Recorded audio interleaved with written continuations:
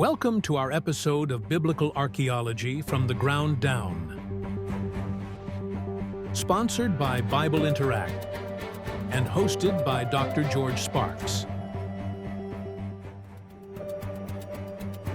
Now let's explore the field of archaeology in today's episode. Well, good morning. This is Biblical Archaeology from the Ground Down. My name is Dr. George Sparks. With me, I have my co-host, Dr. David Graves. Special guest is Jordan McClinton. You're an area supervisor at Shiloh. Now, that is correct. We were talking a little bit earlier, and I read into it that you're a square supervisor. That's more limiting, but you're an area supervisor. So we're going to pick on you. We're going to find out what the deal is. But he's actually excavating with ABR, Associates for Biblical Research, and let's say with Dr. Scott Stripling. That's correct. Right. And we did a quick interview with him about his ventures. The last dig, what'd you call that, Dave? Excavating under fire or something like that? Yeah, I think I call it that. Yeah. So because they had, stuff that's unfortunate over there, the activities at the, recently. But anyway, he talked about the adventures of getting there and getting home. So let me do a little bit about your background so everybody in the audience has an idea who you are. And then afterwards, if you can fill us in on how you became an archaeologist, what was your interest and what drew you to ABR, I believe the Bible Seminary. And people, he does have a nice background here. Let me tell you about Mr. McClinton here. He's a square supervisor at Shiloh. He currently serves as the area supervisor, and he called Area D. He's finishing up his PhD, so you're in dissertation. Additionally, he is the co-director of the Joshua, Judges, and Jesus Museum. It's an exhibition at the Bible Seminary, I believe is also located at Katy, Texas. Since beginning his volunteer work at ABR in 2018, he has participated in multiple excavation seasons at Shiloh and contributed also at the Mount Ebal sifting project in 2020. So for the listening audience, I'm mentioning two different locations. I believe Mount Ebal is actually what we would classify as West Bank. Is it in West Bank? Okay, just to as is Shiloh. Oh, really? Okay, I didn't know that. You've been active in two locations at least, Shiloh and also Mount Ebal. Jordan lives in Katy, Texas, with his wife and 3 daughters and multiple pets. He holds a bachelor's degree in computer information systems from the University of Houston and a master's degree in biblical history and archaeology from the Bible Seminary. He serves on staff as an associate pastor at the Waters Church in Katy, Texas since 2012. Thank you for being on our program. This is going to be a lot of fun. Yeah. Thank you so much. Thank you so much, George. David, it's an honor to be with you guys, and what a wonderful introduction. Thank you so much. Yeah. I think you were accurate on everything there. And I guess just to back up, you mentioned the area supervisor. I do supervise an entire area, but technically, I'll point out Dr. Graves' shirt there. I am a square supervisor. Officially, that is my title at Shiloh is a square supervisor. Even though at times I'm kind of supervising multiple squares in an entire area at Shiloh, but we could talk about that here briefly. Yeah, I dug at Shiloh the first season, and Jordan and I didn't bump into each other. I think the second season, but I was a square supervisor that first season, and I thought I'd wear my shirt today. Love it. But we all had just sort of small areas. It was a Roman area that I was working in, and that's kind of my specialty. But at Tel Hammam, I was the field supervisor of the Roman area and then Dr. Scott Stripling, who was the dean at the Bible Seminary. He and I worked together I had 6 seasons together at Tel Hammam. So that's kind of how we've connected in our relationship with one another. And I heard of Jordan's work, and we're going to hear a little bit more of it today. So look forward to it, Jordan. Yeah, David, you left out one thing. You always tell people, number one, that you were my square supervisor. He always starting off, he puts me in my place. So I'm surprised. He was your boss, yeah. All right. So you were going to tell us a little bit about how you became interested in archaeology Sure. and a square supervisor. Tell us how did you get involved? Yeah. I mean, I've always loved archaeology, right? I mean, grew up watching Indiana Jones, love history, love the Bible. I mean, just quick background. I was saved when I was 15. The Lord just radically got a hold of my life and 180-degree turn, and really dedicated my life to ministry. Although I never officially went into full-time vocational ministry, even though you mentioned I have been an associate pastor at our church. But in a bivocational capacity, and just love the Bible, love reading the Bible. Really, I started to recognize as I'm studying more and getting in depth more into my studying and understanding the history of the Bible, just realized that I was missing a component of the Bible, my understanding of it. We always read with our 2025 eyes or our English speaking understanding, and I just started to realize I'm missing a component of the Bible, and it really was the contextual, the history of it, the material culture that I really just kind of lit me up when I started to understand a little bit more about that portion of the Bible, and it helped me understand, kind of putting the puzzle pieces together. In 2018, I started taking courses here at the Bible Seminary with Dr. Scott Stripling, and quickly moved into a master's degree of biblical history and archaeology, which then introduced me to Associates for Biblical Research, who at the time had just started an excavation at Shiloh. As Dr. Graves mentioned, they started in 2017, and I began excavating in 2018 with them, and have been digging with them ever since. So I started out as a volunteer. I've worked my way up into a supervisor role, finished my master's degree, and had this opportunity to roll right into a PhD program at Veritas International University, which is where I am at the candidacy phase. So I'm working on dissertation now, which I am writing on Area D, the favissa that we're going to talk about today. Oh, so he just threw a word at us that we only hear every once in a great while, the favista. Now, I'm Favissa. in New Mexico. That sounds like a meal or next to the taco, we got the favista. There you go. Favista, let's go. Yeehaw. Hey, man, I'm from Texas, so I get that too. Okay, so that's a word you're going to have to explain to our audience because that's a rare one there. Yeah. Very well, very well. That's a lot of fun. And you said Veritas, so I'm in New Mexico. I'm in Rio Rancho. Mm-hmm. Gary lives right up the hill from me. Yeah. And I could probably throw a stone if I tried really hard and hit Steve Collins and everybody else out there. Yeah. Trinity Southwest, and it's attached to Trinity Southwest. So I still use the old name, Trinity Southwest University. Yeah, so it's a small world, isn't it? It is. So, okay. At this time, do you want to set up your PowerPoint? Sure. So I'll bring back some memories for me, and hopefully everybody, that's a beautiful one of the suns that we always start real early in the morning, don't we? We do, man. Yeah, this is so we start early in the morning at Shiloh, as Dr. Graves probably remembers. This is actually looking east as the sun is rising over my area. So down there in the bottom is the sacrificial bone deposit, or as I mentioned earlier, what we call a favissa. And so this is a cultic area. This is an area where you are depositing sacrificial objects, bones, ceramic vessels that have been used in a ceremonial type of an activity, and then special objects. And so we have found many of those throughout the past 4 seasons that we've been excavating here in Area D. So again, this is what we call Area D.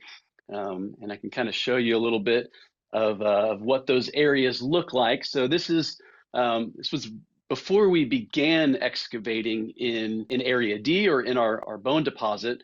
But this is the north portion of the Tel at Shiloh. So you can see that kind of semicircle running around or going through the middle there. That is our fortification wall, large 5-meter thick fortification wall. This area here is the main field of excavation at Shiloh. Area H 1 and K1, where the majority of our excavation has been taking place. And so really, at this point, we've narrowed our focus into 3 main areas: a gate complex, a large monumental building, and area D, or this bone favissa. And so you can see here, just due east of our main field is this area that I've been excavating for the past 4 seasons. And so you can see, kind of looks like grid lines there. Those are bulks that have been left by a previous excavation team. In the 1980s, Israel Finkelstein and the team from Bar-Ilan University excavated in Area D, and we're actually the team that determined originally that it was a bone favissa. And so they left those bulks there, which is what we have been excavating the past 4 seasons. Now, Jordan, I noticed that you have a drone shot there by my good friend Greg Gilbranson. He and I roomed together for that season. But tell us a little bit about the usage of drones, because we were not allowed to use drones in the Jordan Valley at Tel Hammam, but Greg Sure. is there, so maybe explain that a little bit. Yeah, I mean, drone technology obviously has grown by leaps and bounds, even in the past 5 years or so, and so it's become a fairly critical and very helpful technology for us in archaeology. As you can imagine, I know at Tel Hammam in Jordan, and I'm familiar with the inability to use drones there, and so we use it obviously for aerial shots like this.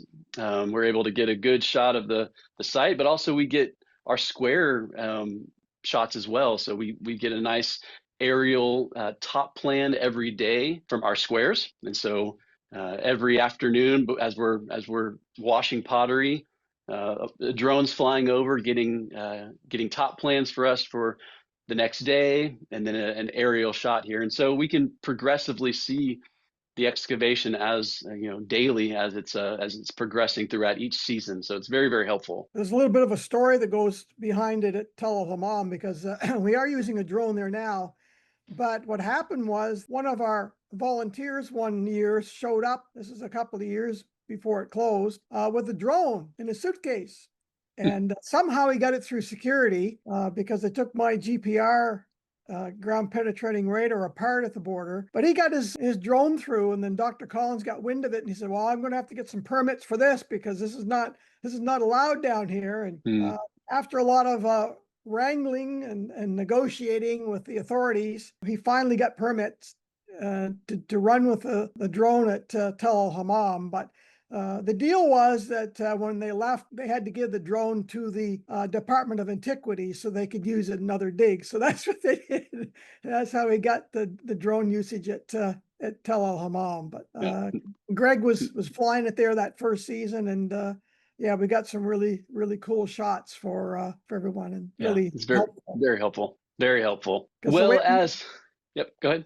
The way we used to do it at Tel Hammam was Michael Ledeni created this pole that he would raise up in the air, and we'd only get up, 20 feet or 30 feet or so in the air with a boom camera, and he had rigged up this special contraption on it. And he was an engineer as well. So anyway, that's what we used for many, many years to get our shots from the air, because we couldn't use. Oh, yeah. Good. Yeah, times have changed. Yeah, sure have. Yeah. Well, this photo is actually from 2019. So just 3 years into the excavation, and things have changed quite a bit. And so just a quick kind of point out there in H1K1 is where we have our monumental building. So a large monumental sized building. And so, in antiquity, you're talking about either an administrative building, a palace of some sort, or a temple. And of course, being at Shiloh, and some of the objects that have been found in and around this large building, certainly lending itself to this being the location of the Tabernacle, which seems like a pretty big claim that we found the Tabernacle, but the dimensions of it. So we've found 3 corners at this point. of this large building. And they're the dimensions that the Bible says is the tabernacle dimensions, and the proportions of it. It's on a 2-to-1 or 2-to-1 ratio. So the Holy of Holies being, the 1/3 portion of this, and then the proximity that it is to this favissa, or this deposit, or vice versa, the proximity of the favissa to the building as well, really do lend itself to this being some sort of a religious or cultic location. And then, of course, knowing the history of Shiloh, the time period that this building resides in, and connected to that of this favissa, is really, really connecting this to the biblical tabernacle. Mm. So as we continue, so as I mentioned, this area D has been excavated previously by a team in the 1980s. So you can see what this looked like 40 some odd years ago, with these nice clean squares, with these bulks that they left. And so really, this is what was available for us, unexcavated material from this area. And so these bulks, or these lines here, that were left, have been what we have been excavating for the past 4 seasons there. And so here's again a little bit of a zoom in from 2019, before we began excavations in the area. And then this is what it looked like at the end of the 2024 season. So you can see now all of those lines there, those bulk lines, have been removed. It's all cleared out now. And then here's what it looks like now. So when we left this about 4 months ago or so, this is what our last season, the excavation squares that we opened up this last season. Jordan, I had a question on the circular installations there. Are those cisterns, or do they have some cultic purpose, or I'm not familiar with that? Yep. So these are grain silos. Okay. And there is I think there was 14 grain silos that were cut into the material here. And so we have a favissa, or a sacrificial deposit of cultic material. And I won't spoil it here, or I'll go ahead and spoil it, from the late Bronze Age. So the end of the late Bronze Age, the early Iron Age 1 period, that this deposit was being used. In the late Bronze 2 period, they used this area as a granary, and they cut into the material about 14 grain silos. So not only has that made it kind of difficult to excavate around all of these silos, it's also caused a bit of a disturbance of the material. And so what we're seeing, I think maybe this next slide, yep, this is a great segue, that we're seeing this distribution of material, where we have a core favissa, or this core deposit in the center, which our assumption is, or our theory is, that these grain silos are distributing and dissipating this material in a radial pattern outwardly, because we're seeing a core, very concentrated level of material in the middle, and then it starts to thin out as it gets further outside of the core, which again, our theory is that they're digging these silos and causing, the disruption of the material. And so some of it's flipped upside down. We're seeing late bronze material up higher than Iron Age material, because of this disruption that's taken place, because a few hundred years later, they're digging into this material and creating a granary in the area. Oh, interesting. So they're digging down and then throwing it out around the field, because that's where you want to dispose of the dirt. And in so doing, they're taking some of the bones and throwing them out around the circles, the other areas. Okay, very interesting. Yep. For our listening audience, so let me just interject this real quick. The first slides that we're showing in area D, it looked, when you're saying a bulk, that's the one they looked like a tic-tac-toe board. Correct. Now that was possibly, I'm going to guess, that was Iron Age?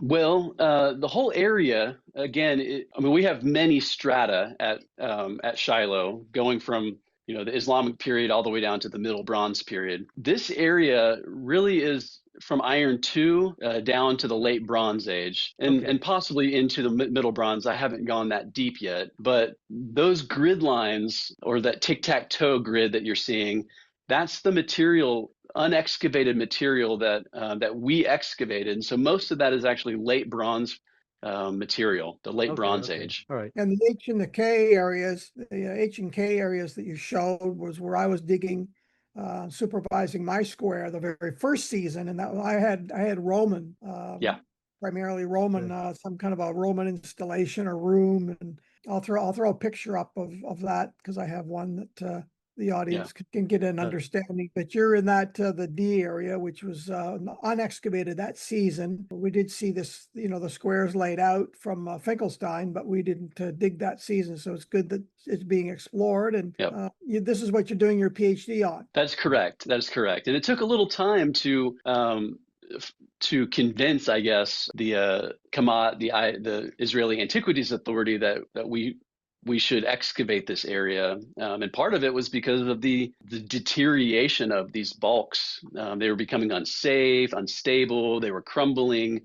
And so part of our agreement was that we're going to clean the area up and show the silos. And then, of course, for our purposes, get this extremely important material that honestly was about to be destroyed because of 40 years of deterioration. We're starting to lose some of the stratigraphy there, and so it was good that we were able to excavate it when we did. And valuable research, of course, dealing with the sacrificial system and its relationship to the to the tabernacle. Absolutely, yeah. Certainly, once we understood the monumental building, which we feel is the tabernacle, now we have this proximity to this disposal, this sacrificial trash dump or deposit.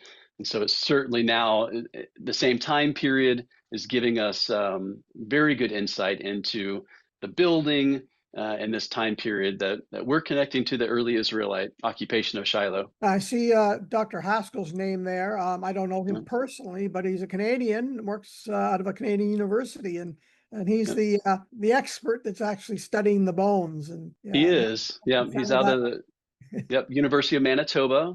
Dr. Haskell Greenfield. He's on my PhD dissertation board, so he's one of my advisors, and he's the zoo archaeologist that are analyzing all of our faunal remains. And so to his his analysis of the bones that have been excavated from this area, 99% of those bones are kosher sacrificial Israelite sacrificial bones. And so, we're not finding any pig bone. Almost all of these animals are, biblically sacrificial animals. As you can see there, some of them, there's a disproportion to the right side of the animal. And so a little bit more right-sided than left-sided, which, may seem inconsequential, but from a Bible reader, we know that in Leviticus it mentions that the right side of the animal is the priest's portion. Aaron and his sons got the right thigh as their portion, and being at a Levitical priestly site like Shiloh, this is what we would expect. We maybe see a proportion heavy to the right side opposed to the left side. Cool. Yeah. Okay. Just some quick. I guess maybe this is a good time to just. What is a favissa? George, you mentioned that it's a word we don't hear much. It's a Latin word. Favissa is essentially a cultic place where you're bringing offerings, objects, bones that have been used in a sacrificial context, and they are being ceremonially laid to rest. They're being buried, and the idea is that they've been given to God, they've been offered, they're not going to be used again. And so we're finding ornate pottery vessels, tens of thousands of bones, and then of course these incredible objects, which we'll talk about here briefly. But again, to spoil it a bit, at this point, 7 gold objects and 1 silver object have been found in this area.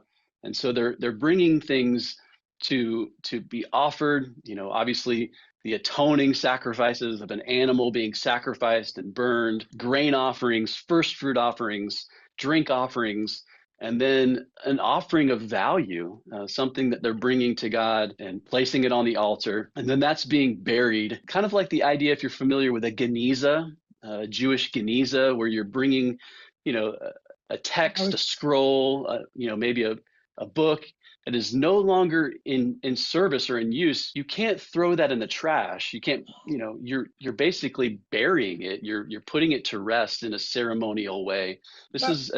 Yep. That was my next comment, was going to be the favissa's similarity, to the scrolls where I worked at Qumran, and deposits there of something that's sacred. You don't want to destroy it, so you put it in a holy place. So I was going to make that same kind of connection. So glad you did that. Great minds think alike. Yeah, absolutely. So again, you can see the incredible vessels, and I'll show you a few of these. If we were excavating and found, storage vessels or cooking pots, water vessels, domestic type vessels, then we would conclude that maybe this wasn't a favissa. But the fact that these are beautifully ornate chalices, goblets, painted bowls that are being used in a ceremonial way, that's one of the indicators of this being a sacrificial favissa, opposed to just a domestic refuse pit, or even maybe a palace feast deposit or something like that. Now, one of the things that I wanted to mention was that at Tel Hammam in Jordan, we would have a lot of problems with night diggers. I remember that Scotty and I would often comment to people, tell the locals that there's no gold here. We're not digging for gold, because they thought we're digging for gold. So they come in the night and they dig up our square and kind of run roughshod over it, make all these holes. Why do you not have that kind of problem at Shiloh, where we had it in Jordan? Well, as mentioned, Shiloh is in the West Bank, so it is in the Judea-Samaria location, and so Shiloh, because of its importance, not just historically, but also as a location, a pilgrimage location, a lot of Jewish individuals will want to come here. It's very protected, and so it resides within the Shiloh community. And so our site is, surrounded by fencing and barbed wire, and so it is very well protected. The community there itself takes care of the site, and so we're very fortunate that we'll come back next season and everything will be exactly where we left it, which I know a lot of locations and a lot of excavation teams don't have that privilege to have that protection of their sites. Would it be similar to what we might call a national park? Yeah, very, very similar, although it's not, unfortunately, considered a national park just because of its location. And as you guys probably know, I mean, a lot of this area, unfortunately, is not excavated just because political reasons. A lot of public universities won't excavate there just because of the backlash they may get. Of course, our Associates for Biblical Research, being a private organization, is able to excavate there, which I think is appreciated by a lot of the Antiquities Authority there. Some of these sites, because these are extremely important sites, particularly for our area of interest. A lot of these conquest sites, of course, Khirbet el-Maqader, which we feel is the most probable site of the biblical site of Ai, was just right down the road from us. Mount Ebal, which George, you mentioned earlier, one of the sites that I excavated at, is in that area as well. So very important sites. Now, I noticed that you have abbreviations there. ABR, that's Associates for Biblical Research. But perhaps you could explain for our listening audience what Kamat means. Sure.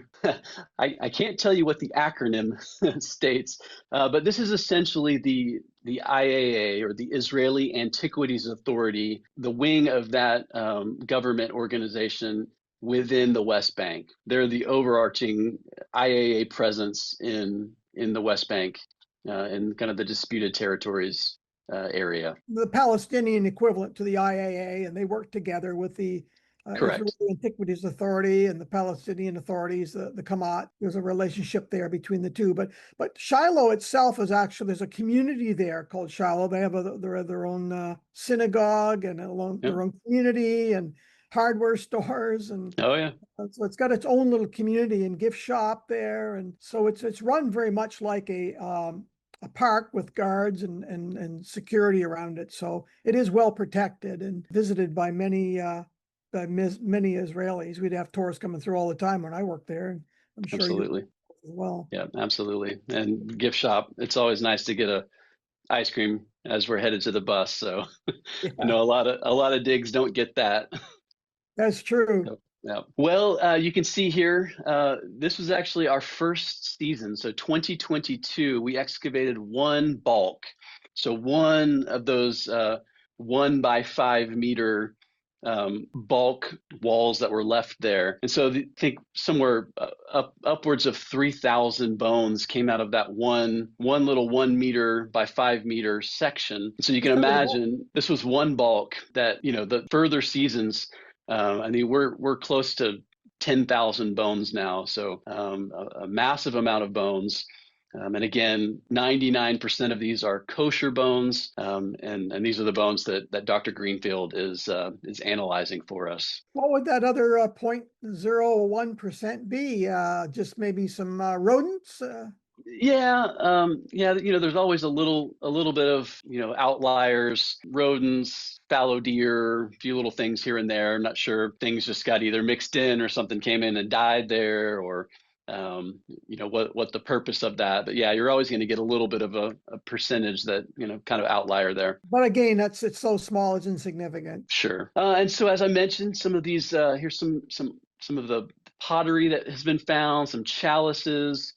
It's a chalice base there, but you can see this beautifully painted pottery, which it connects it to the late Bronze Age. So this is this beautiful late bronze painted pottery. We've got this interior circles kind of in some of these bowls, and this bichrome paint on this pottery, which allows us to date it, which has been part of my process, which is analyzing the pottery, the dating, the forms that we're finding. So as I'm sure you know, I mean, pottery being one of the primary metrics for dating. And this has been the I guess the conflict here.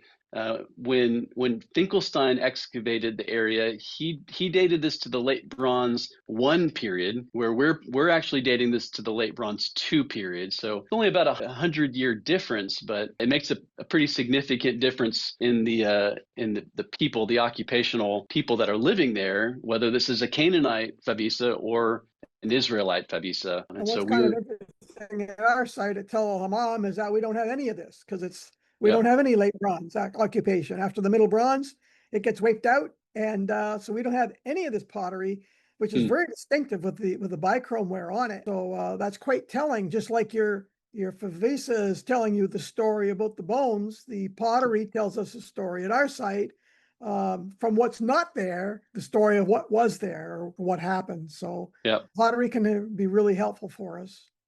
It can. And then, obviously in conjunction with carbon dating. So we're doing carbon 14 dating of our bones. And so we're kind of dialing that in a little bit on the dating, which is giving us a very accurate day, or we're starting to be able to connect that even more to the end of the 15th century, beginning of the 14th century. Between 1400 and 1075 is really where we're placing the activity of this favissa, which again connects that to the early Tabernacle period at Shiloh. Do you have any short-lived samples that you can use, such as grain? Because the animals would live a little longer, so that could throw dates off a bit. Yeah, we are. So we've used animals, and of course, carbon material. Try to stay away from wood, even though we have dated some of the wood, just because you never know how long the tree lived. We've dated some seeds and some pits that have carbonized pits that have been found as well. And so again, we're still in the process of getting some of those dates, but a lot of that's going to be in my my dissertation for sure. Yeah, I remember the year after I was there, my good friend Stephen Rudd did the flotation new flotation device, which is probably really helpful to you. Yeah, it's been really good. This is the second season we've used Steve's flotation and fraction machine that he invented. Yeah. Some of the restorable vessels that have come out of this, I think at this point, like about 104 restorable vessels between our excavation and Finkelstein's excavation. Just again, these beautiful chalices and bowls, and this is part of the kind of one of the criteria for this being a sacrificial deposit. That these objects are being intentionally broken, and so they're not just being laid there as whole vessels. They're being broken, sometimes with bones in and around them, with ash kind of there inside of it still. And so the idea is that they're taking something from a sacrificial context and they're bringing it over here and they're breaking it so that it can no longer be used and then burying it immediately. So end of use breakage or some kind of a ceremony in conjunction with that, or not sure. It's probably both. They're breaking this so that it's never used again. Sure. Certainly not going to go be used again in any sort of a domestic context, but they're also not using this again. And this is probably part of this concept of this is being, as it's buried, it's been given to God, it's been dedicated to Him, and it's no longer in use, which we'll talk about here when we talk about the gold, because that seems very counterintuitive to bury gold and for it to be completely gone, because certainly gold is valuable and you want to reuse that and melt it down and reuse that in any other way. So it is probably end of use, but probably also being done in a ceremonial way, in my opinion. Well, there's actually two examples of that we have in the Hebrew word, the harim, where it's dedicated to God, and they were supposed to go in and destroy Jericho and take it and dedicate it and give it over to God by killing everything that was there. And then we have also the idea of the Lot's wife being turned into a pillar of salt. I've written an article on the use of salt in the ancient Near East, because when a city was cursed or destroyed, they threw salt on the gate, the entrance, symbolizing that it had been cursed by God, no longer to be used. And Lot's wife being turned into a pillar of salt is very emblematic, as you say, both practically as well as literally or figuratively. God was sending a clear message to the people that this city was cursed. Salt was spewed on it, and that was end of use. Yeah, we see that in Judges as well. Actually, I just read your article and sent that to some of our students as we were studying the book of Judges, and I think they salt one of the cities there after they destroyed it.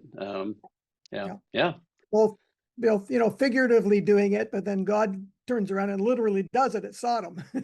Absolutely.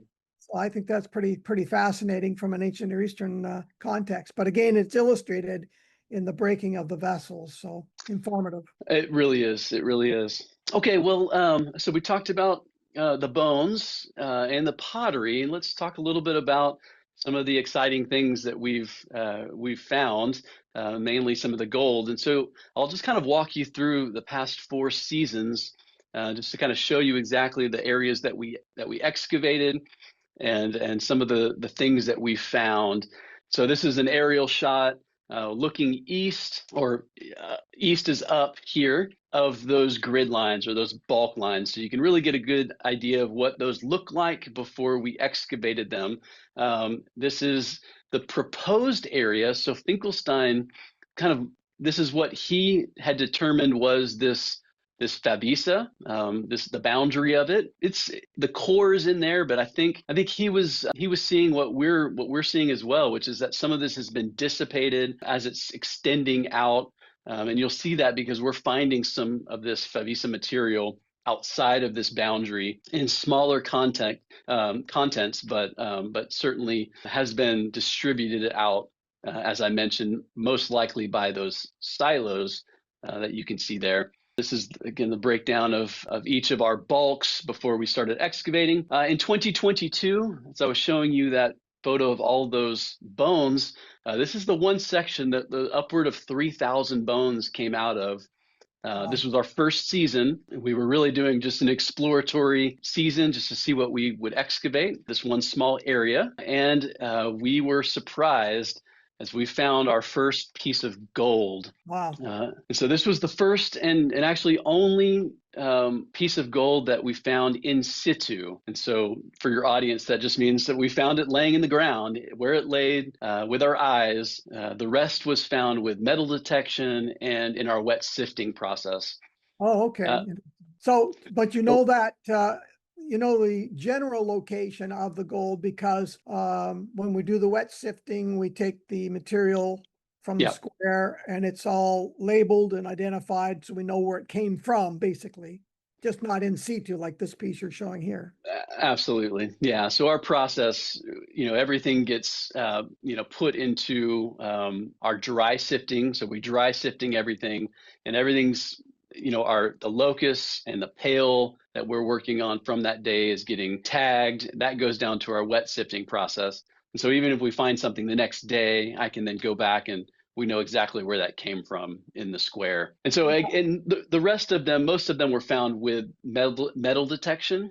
And so we know obviously exactly where those came out of. So we're certain where everything was extracted from. Right. Now, something folks may not know is that Dr. Stripling and I had taken a group to the Temple Mount Sifting Project years earlier. And so when Scotty came over to Shiloh to work, he and I were talking and he said, well, you know, we should introduce this wet sifting, which has never been done outside of Jerusalem, to Shiloh. And so that's how it came to be that we were wet sifting, because normally we would only do dry sifting, and it has been very fruitful and very helpful in recovering some smaller objects, seals and the gold that you're mentioning. So vital, and of course Finkelstein didn't have access to that technology of that to practice back when he did the work there. So yeah, you're exactly right, and I'll point out that we can see that in what he has found in this area versus what we have found in such a smaller sample size. And so just the probability that he threw away a lot of gold is fairly, you know, certain that he had to have. If we found 6 pieces to his one piece that he found, it's due to the technology for sure. I mean, nothing against him. He's a phenomenal archaeologist. It's just, this was 40 years ago, different technologies.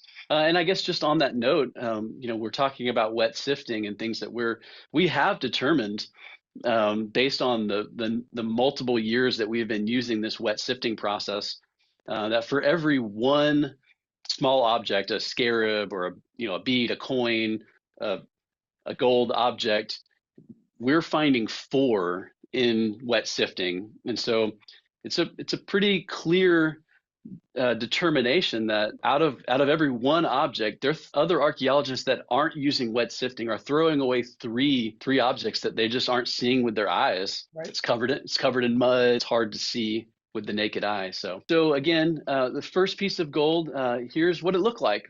So a 9-pointed star, 8 to 9 pointed star with a pendant loop.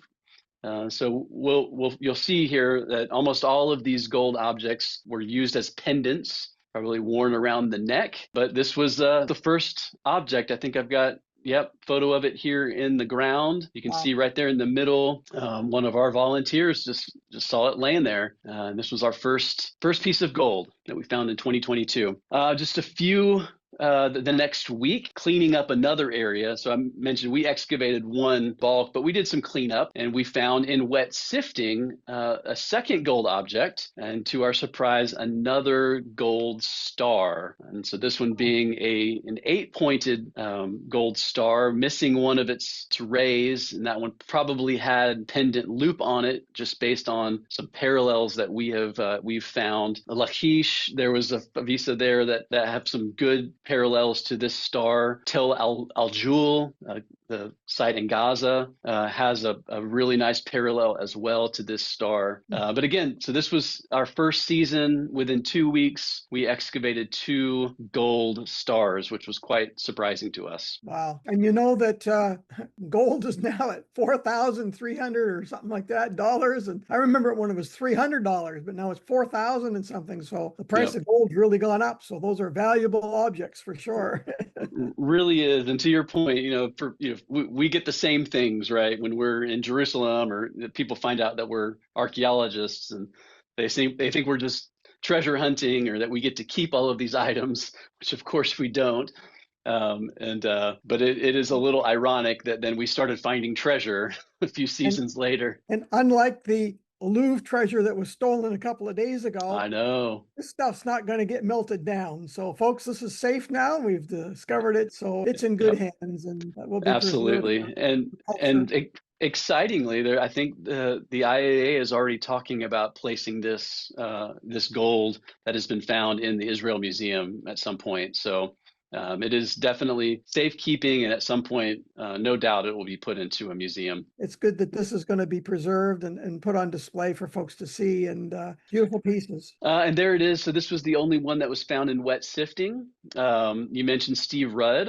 Steve Rudd actually found this in his wet sifting tray. No way. And if you know Steve Rudd, I was certain that he was joking with me. Because the week before we had found a star, and he came up to me and told me he found another star, and I was like, Steve, there's no way.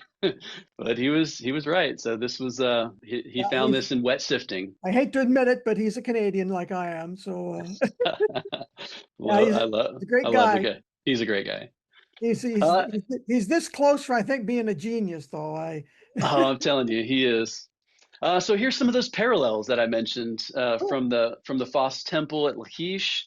So you can see these. They found 6 of these gold star pendants in their favissa, and very helpful.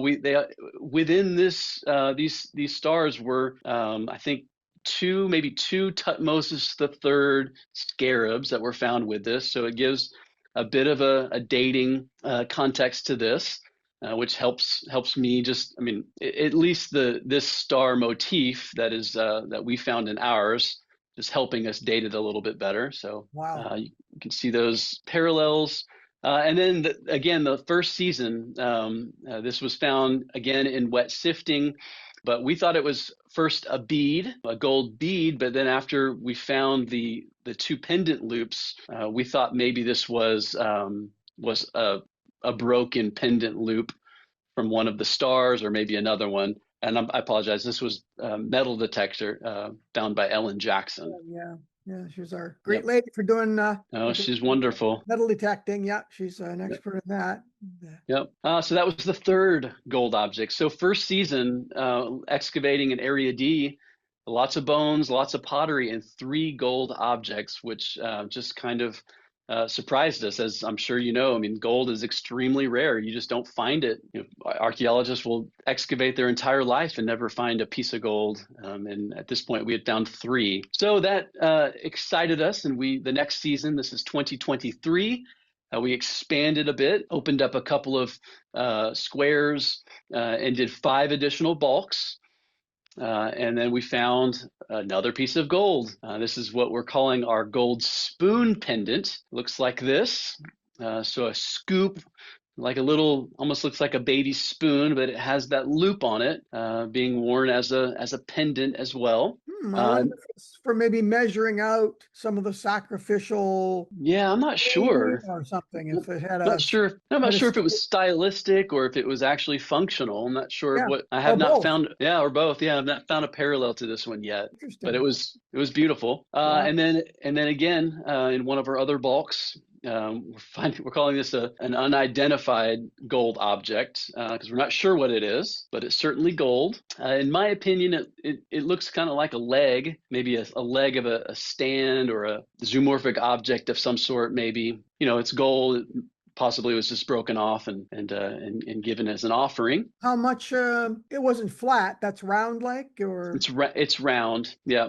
So again, that kind of looks like a leg almost of a stand of some sort. And I will mention, I think all of this gold is electrum at some level. So it's gold, silver, mixed together. And so it's not pure gold, but it's what we would call electrum. Right. Some of the early coins in Asia Minor were made from electrum. Yep. Some of the earliest coins, but Exactly. then they were able to melt down the gold later and get the impurities out of it and get more pure gold. But yeah. So 2 seasons, and we had 5 gold objects.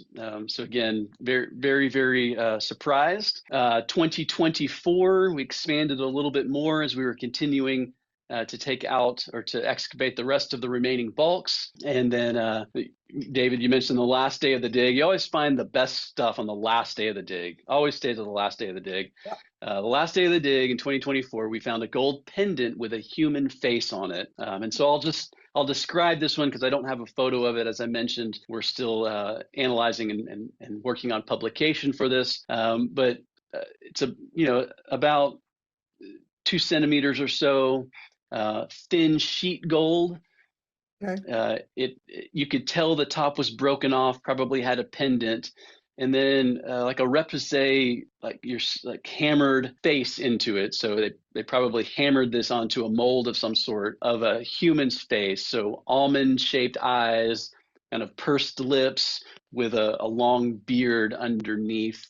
We're not certainly connecting this to this individual, but if you look up the Trojan king, mythological king Agamemnon, there's a good parallel to this motif, I guess, this face, which there's some Hittite connection to this, possibly an early Hittite god. But yeah, so possibly we're doing some research on this. Yeah, Interesting. Well, it'll be good to see that.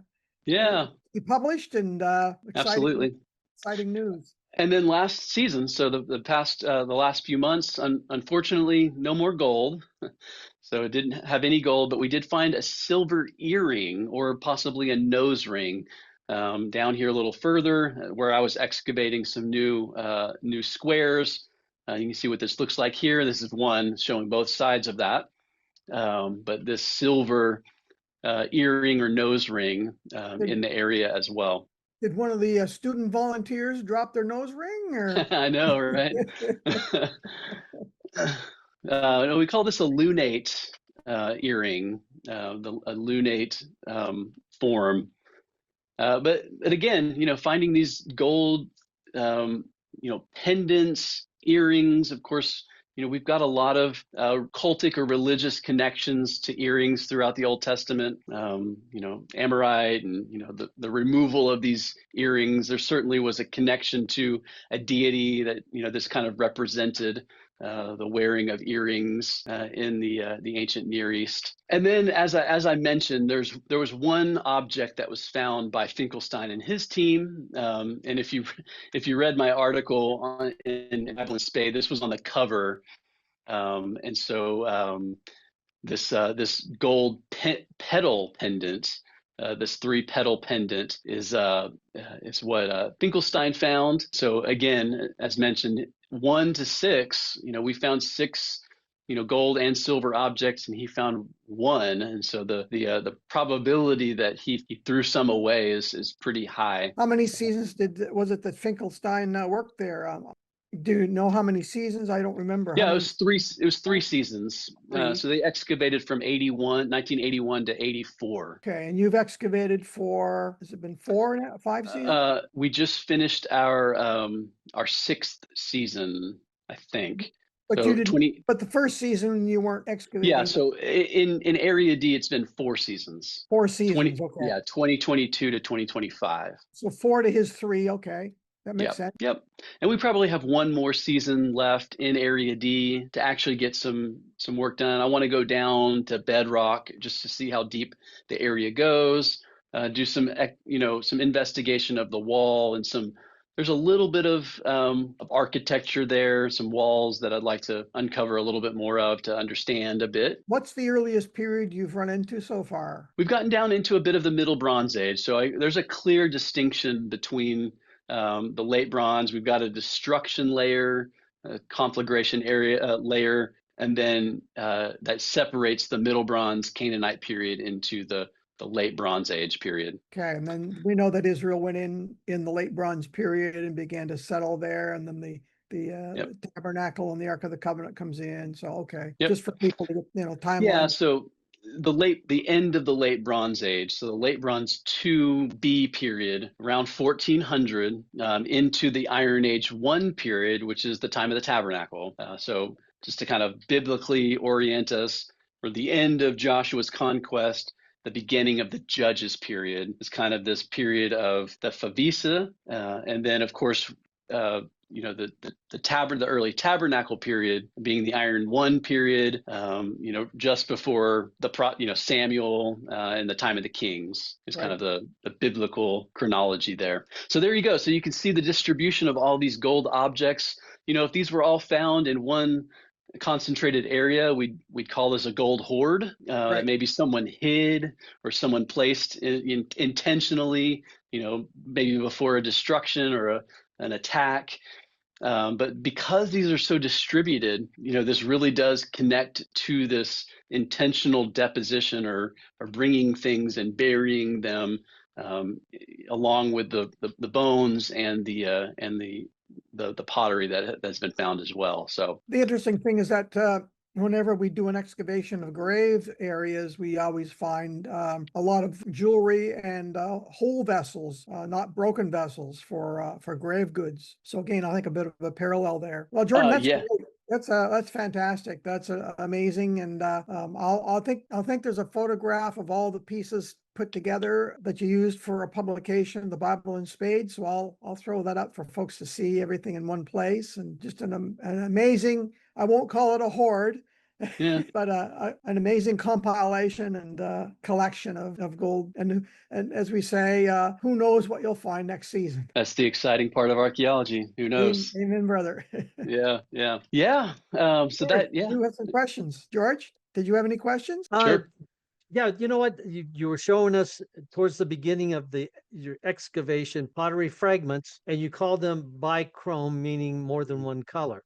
And you identified those with the notation on it, which you said Finkelstein was late Bronze Age 1A, 1B, and then you were 2 in that picture. I think it was 2A. Yep, correct. 2A, 2B. Yeah. So that's a lot of numbers for people. So what they're doing is they're segmenting in time periods. The late Bronze Age starts around 1550 and ends around 1200. It begins in the 18th dynasty of Egypt. It ends in the 19th dynasty of Egypt. But those time periods, to archaeologists, they do mean a lot. Yes. So when he says something like LB2, LB1B, then you're probably around what? 1500 or so. Yeah. Yeah, the beginning of the late Bronze. Yep. Yeah, it starts. So there's only a difference like 150 years, 1550 to 1400 BC. After 1400 BC, that's when you start the LB2 period, LB2A, and then LB2B. Now, I think for a lot of people, if you ever get a hold of an archaeological chart, which every once in a while we bring one up, did you find any oil lamps? Because oil lamps are really common. Yeah, now, this one's Iron Age, but you were talking about late Bronze Age. Yep. And actually in that photo that I showed, we did have one late Bronze Age oil lamp that was found. Okay, so that'd be one of the easiest ways people, well, I'm talking to the general population out here, to identify. Think of a lamp as like a light switch or a candle. Everybody's got to have it. So one of the most plenteous types of pottery you find are lamps and cooking pots. Yep. So when we find lamps, it's kind of like an early indication about what time period you're at. Now, this is for the listening audience, of course. You said bichrome. So when I went blank, I was digging up pottery for people, okay? Oh, nice. Okay, this is bichrome. This is late Bronze Age. Yep. What in the late Bronze Age, I don't know, because I'm going to throw a word out. You said favista. I'm going to throw another word out. It was not, this is a museum. So this is not from in situ. So in situ means the place of its origin, which in an excavation, if we find it in a certain location, in a certain level. It gives us more of a time period, whether it be LB1 or LB2. Okay, now this style right here is called a Pixa style. Its early design would be, you could call them ancient, they're ancient Greek. It could be Mycenaean or Minoan. And the pottery style right here is more of a local style. So when you take an idea of another culture and bring it into your own, we call it this is a imitation made locally. It doesn't mean it's a knockoff or a fake. It means it's a design from another culture that locally the indigenous people picked up and they incorporated into their pottery because it's fashionable and it's cool and right on. Now, I don't want to get off the subject, but this is a full piece of, you could say, bichrome pottery in a Look, Greek style. Go ahead, David. Look, it's got a target on the bottom. A target? That's right. Yeah, that's Got beautiful. the bullseye.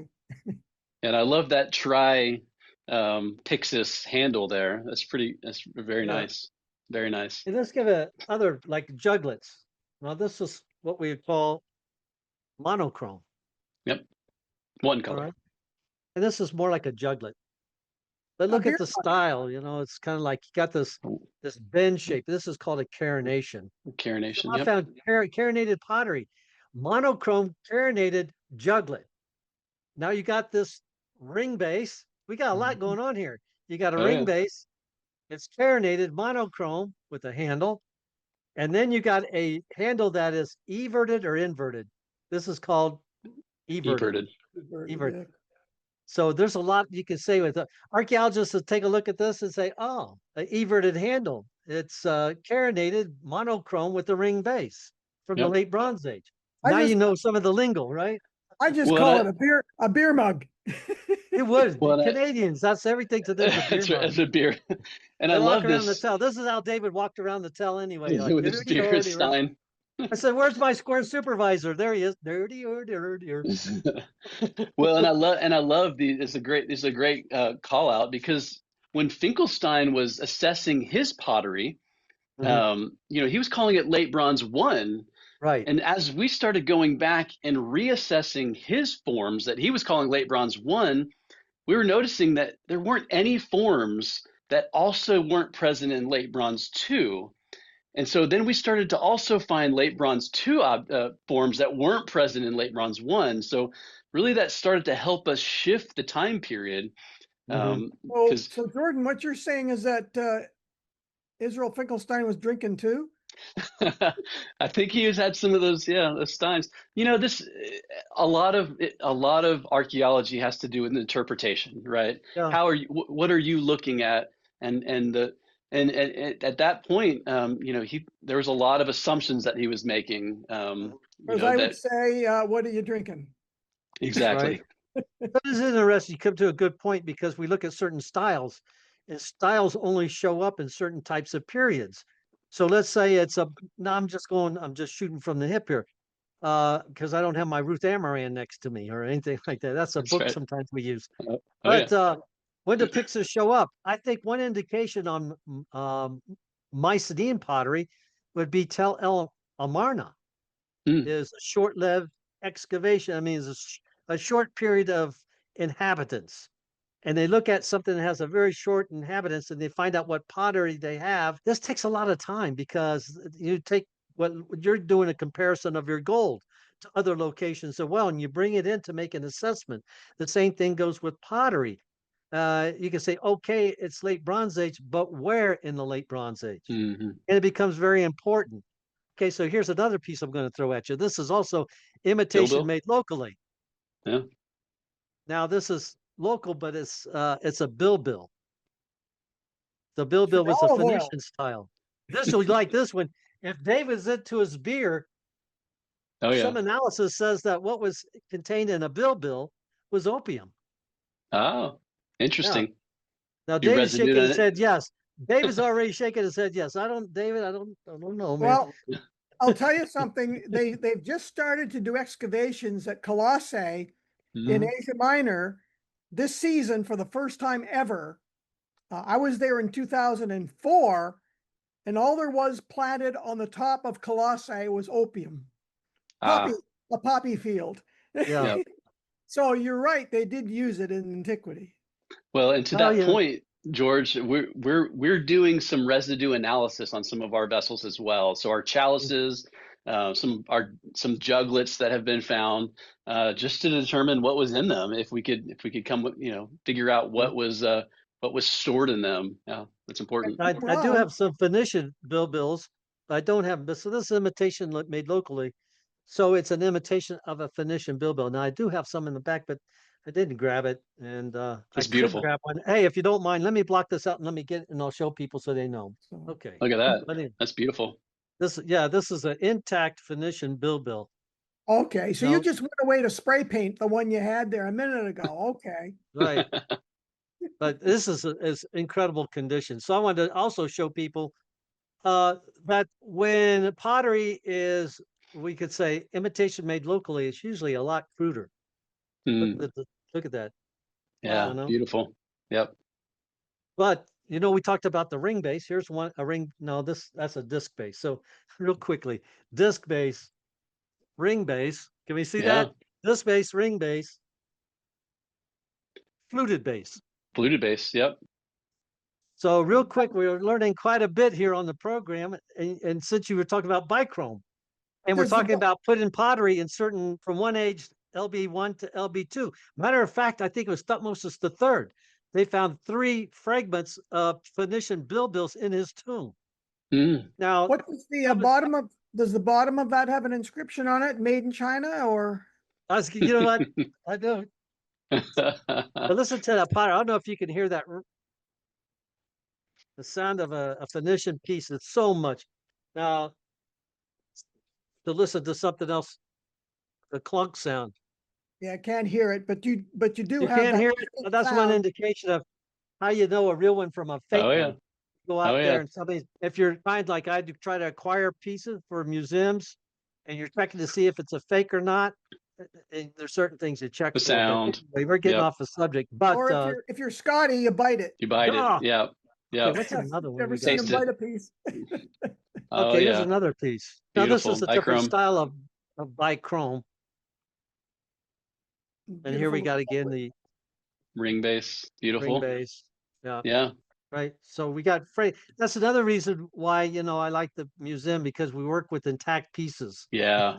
It's nice to have those whole vessels for I sure. get the whole vessel. So anyway, for the listening audience, when we were talking about bichrome and we started talking about LB1 versus LB2, and why that is important and how that can be assessed from a 40-year period, like in all fairness Mm. to Israel Finkelstein, a renowned archaeologist, a renowned Israeli archaeologist, been around forever.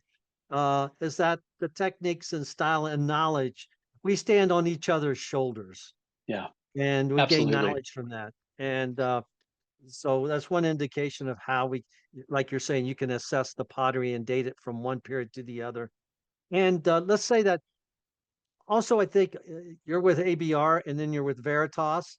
And I think you put the early date on the Exodus around 1446 to 1400. That's correct. So, and also if we do the 40 years of wandering in the wilderness, it's going to bring you to around 1400, which is going to end up LB2A, LB2B, Yep. around there, Yep. right? So Yeah. anyway, I was going to bring that up. Yeah. I know you weren't, because Yeah. anyway, so this is what ends up, especially in Near Eastern archaeology. We look at the interpretation of the biblical text. Not everybody's going to agree with an early date. We also got a late date, and we got some Yep. people that say we don't care about that date.